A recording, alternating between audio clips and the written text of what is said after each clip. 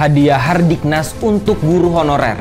Prabowo akan beri Rp300.000 per bulan. 17 kloter pertama jemaah haji Republik Indonesia tiba di Tanah Suci. Deddy Mulyadi mulai kirim siswa nakal ke barak TNI. Prabowo beri kado di May Day, bentuk Dewan Kesejahteraan Buruh hingga Satgas PHK. Demo Hari Buruh di Bandung ricuh, massa berpakaian hitam lempari polisi dengan batu. Ibu dan anak di Sukabumi disiram air keras oleh OTK. Bus ngebut seruduk deretan mobil antri di gerbang tol. 12 orang tewas. Menggali budaya dan tradisi Emirat sambil makan siang di MCCU Dubai. Bersama saya Muhammad Skardi, inilah berita-berita headline iNews ID hari ini. Presiden Prabowo Subianto memberikan hadiah untuk guru honorer saat Hari Pendidikan Nasional. Hadiah itu berupa bantuan uang Rp300.000 per bulan untuk guru honorer.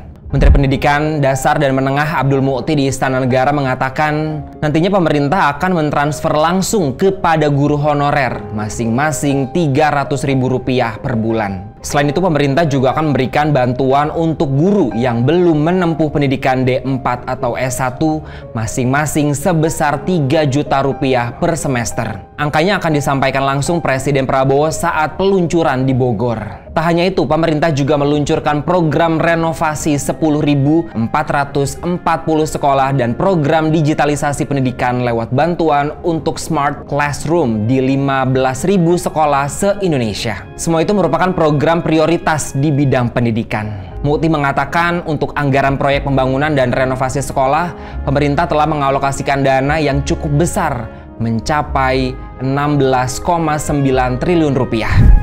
Sebanyak 17 kloter jemaah haji 2025 dijadwalkan tiba di Arab Saudi hari ini. Sejumlah persiapan penyambutan jemaah haji telah dilaksanakan oleh petugas. Kepala Daerah Kerja Bandara Abdul Bashir di Madinah mengatakan 17 kloter yang akan tiba di Tanah Suci terdiri dari embarkasi Jakarta Pondok Gede sekitar pukul 6.15 waktu Arab Saudi. Lalu embarkasi Lombok pukul 7.20 waktu Arab Saudi dan embarkasi Solo pada pukul 9.40 waktu Arab Saudi. Dia memastikan sejumlah persiapan telah dilakukan untuk menyambut jemaah haji sejak beberapa hari terakhir. Pihaknya telah berkoordinasi dengan Kementerian Haji Arab Saudi yang ada di Madinah beberapa hari lalu. Selain itu, pihaknya juga telah berkoordinasi dengan otoritas Bandara Madinah dan dilanjutkan dengan berkoordinasi dengan 8 syarikat atau perusahaan layanan yang ada di Bandara Madinah. Adapun jumlah petugas yang dikerahkan melayani jemaah haji di Bandara Madinah mencapai 140 orang. Petugas termasuk akan melayani kedatangan, bimbingan ibadah, mengurus transportasi, dan perlindungan jemaah.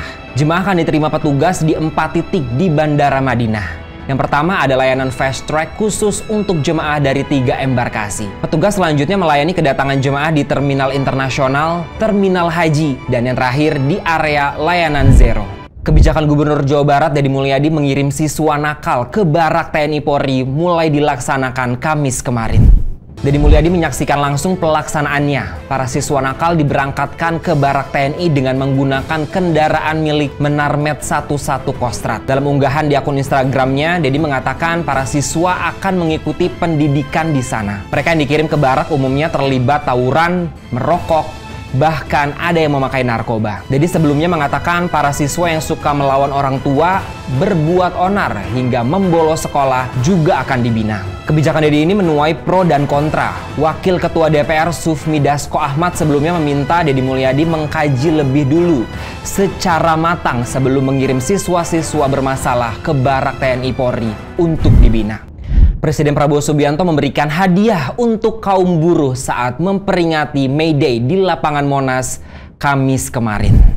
Prabowo dalam pidato di hadapan ribuan buruh mengatakan hadiah pertama dirinya membentuk Dewan Kesejahteraan Buruh Nasional. Dewan ini akan terdiri atas semua tokoh-tokoh pimpinan buruh seluruh Indonesia. Tugas anggota dewan tersebut yakni mempelajari keadaan para buruh dan memberi masukan kepada Presiden, termasuk memberikan masukan jika ada regulasi yang merugikan buruh. Prabowo berjanji segera menindaklanjuti masukan tersebut dengan melakukan perbaikan. Hadiah kedua, Prabowo akan membentuk satuan tugas terkait pemutusan hubungan kerja atau Satgas PHK. Menurutnya tak boleh lagi ada pekerja di PHK dengan sewenang-wenang. Selain itu, Prabowo memastikan rancangan undang-undang tentang perlindungan pekerja rumah tangga akan dibahas oleh DPR pada pekan depan. Dia berharap pembahasan RUU ini tidak mandek lagi. Bentrokan terjadi saat peringatan Hari Buruh Internasional di kawasan Simpang Dago, Cikapayang, Kota Bandung, Kamis kemarin. Massa yang berpakaian hitam melempari polisi dengan batu. Bentrokan ini menyebabkan situasi mencekam dan menimbulkan ketakutan warga yang berada di sekitar lokasi. Polrestabes Bandung menerjunkan pasukan pengendali massa yang dilengkapi tameng dan helm dan berhasil memukul mundur kelompok tersebut hingga ke jalan di Patiukur. Sebelum kericuhan terjadi, puluhan buruh dari Serikat KSN menggelar aksi memperingati Hari Buruh Sedunia atau juga dikenal dengan May Day di Simpang Dago, Cikapayang. Mereka menyampaikan aspirasi secara damai. Setelah massa buruh membubarkan diri, massa berpakaian hitam tiba-tiba melempari batu, petasan, hingga botol ke arah polisi. Massa juga memblokade jalan di Patiukur dan mencegat kendaraan warga yang melintas di Simpang Dago, Cikapayang. Kabid Humas Polda Jabar Kombes Pol Hendra Rohmawan mengatakan pasca kejadian kondisi sudah kondusif. Jalan di Patiukur juga sudah dapat dilalui masyarakat. Ibu dan anak yang sedang berboncengan motor menjadi korban penyiraman air keras yang dilakukan orang tak dikenal di Kota Sukabumi, Kamis kemarin. Peristiwa ini terjadi di Jalan Sudajaya Hilir, Kelurahan Jayakarsa, Kecamatan Baros, Kota Sukabumi. Keduanya langsung histeris dan menjerit kesakitan.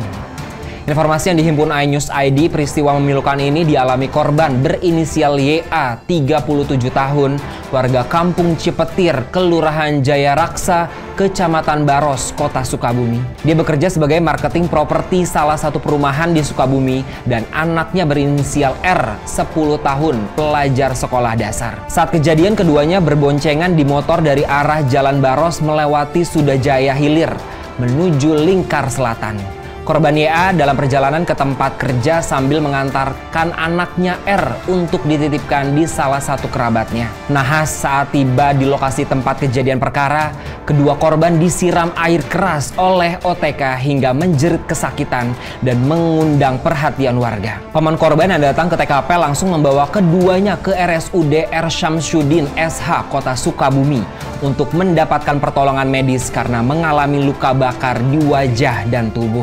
Kasih Humas Polres Sukabumi Kota AKP Astuti Setianingsih mengatakan pihaknya menerima laporan warga atas kejadian tersebut dan langsung olah TKP. Selain itu, polisi mengamankan barang bukti dan meminta keterangan saksi untuk penyelidikan. Namun para korban belum bisa dimintai keterangan terkait kejadian tersebut karena masih dalam perawatan.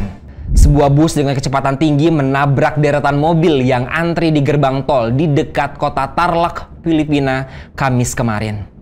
Akibatnya 12 orang tewas dan sedikitnya 27 luka-luka. Kepolisian Kota Tarlac mengatakan bus sempat menghantam satu mobil SUV sebelum menyeruduk kendaraan lain yang antri di jalur 2 gerbang tol pada pukul 12.30 waktu setempat. Pejabat kepolisian Tarlac, Romel Santos, seperti dikutip dari AVP, mengatakan berdasarkan pemeriksaan sementara kecelakaan dipicu sopir bus tertidur saat mengemudi. Supir baru terbangun dan mengetahui busnya telah menabrak sejumlah kendaraan. Kecelakaan terjadi saat tol dipadati oleh warga yang pulang dari liburan Hari Buruh Internasional. 4 dari 12 korban tewas adalah anak-anak, sementara 27 orang dirawat di rumah sakit karena menderita luka.